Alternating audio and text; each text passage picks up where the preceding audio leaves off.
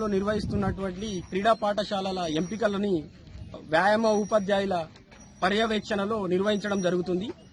దీనికి డిఎస్డిఓ గారు ఎంపికల ప్రక్రియలో పాల్గొన్నారు. అదేవిధంగా మిగతా వ్యాయామ ఉపాధ్యాయులు దీంట్లో పాల్గొంటున్నారు. ఇక్కడ ఎంపిక చేసే అథ్లెట్లని ఏ విధంగా పరీక్షలు నిర్వహిస్తున్నారు వెంకట్ సార్ తోటి మనం మాట్లాడుతున్నాం.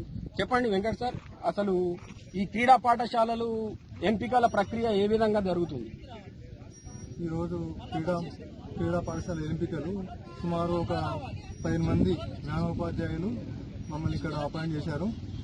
ప్రతిదీ క్షుణ్ణంగా టైమింగ్తో 30 meters line start, medicine ball throw, 6 into 10 meters shuttle run, broad jump, 800 meters events ఉంటాయి.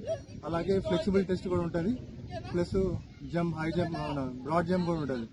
అయితే ఈ ఎంపికల్ని ఏంటంటే ప్రతి పిల్లోని వాని స్కిల్స్ చూసి దాన్ని బట్టి టైమింగ్ బట్టి మొత్తం చేసిన తర్వాత దాన్ని ఫైనల్ చేసిన తర్వాత ఎవరైతే ఎలిజిబుల్ ఉంటారో వాళ్ళని స్పోర్ట్స్ స్కూల్ ఎంపీలకు హకింగ్పేట పంపిస్తారు.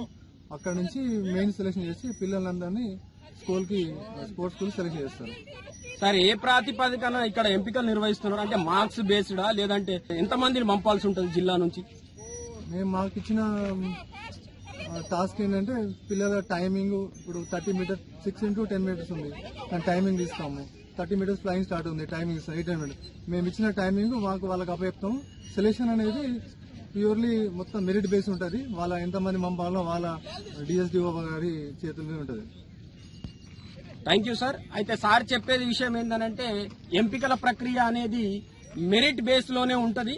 కాబట్టి తల్లిదండ్రులు గాని పార్టిసిపేట్ చేసిన అథ్లెట్స్ గాని ఎటువంటి సంకోచం లేకుండా క్రీడా పాఠశాలలకు అనేటి వాళ్ళు ఇచ్చిన గైడ్ లైన్స్ ప్రకారం, నామ్స్ ప్రకారమే మేము ఎంపికలు నిర్వహిస్తున్నామని వెంకటేశ్వరరావు సార్ అంటున్నారు.